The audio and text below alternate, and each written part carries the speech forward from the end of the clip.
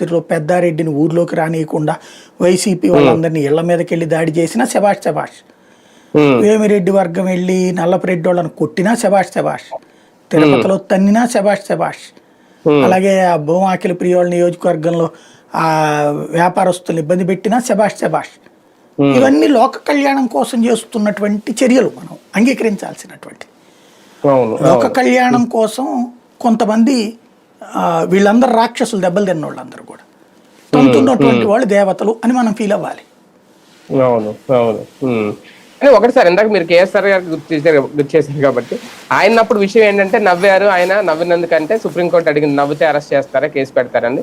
మొన్న కూడా సేమ్ అనిల్ కుమార్ మీద కూడా సేమ్ అదేనంట కదా, వేమిరెడ్డి గారి విషయంలో నవ్వినందుకే ఆయన మీద కేసు పెట్టారు అనేది. అంటే పెద్దగా మార్పు అయితే ఏమీ కనిపించట్లేదు. సుప్రీంకోర్టు చెప్పినా సరే ఇక్కడ మామూలుగా వీళ్ళ దోవలో వీళ్ళ కేసులు పెట్టేసుకుంటే వెళ్ళిపోతున్నారు.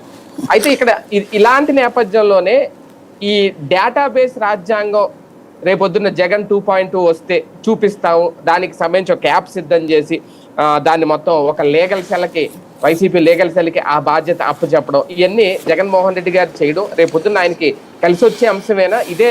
లేదంటే మరొకసారి ప్రజలు దీన్ని యాక్సెప్ట్ చేయకపోతే అదే రాంగ్ స్టెప్ అవుతుందా? నేను వాస్తవంగా మీకు తెలుసు, రాష్ట్ర విభజన తర్వాతన మొట్టమొదట ఆంధ్రాకి వచ్చేసినటువంటి చీఫ్ ఎడిటర్ని వచ్చి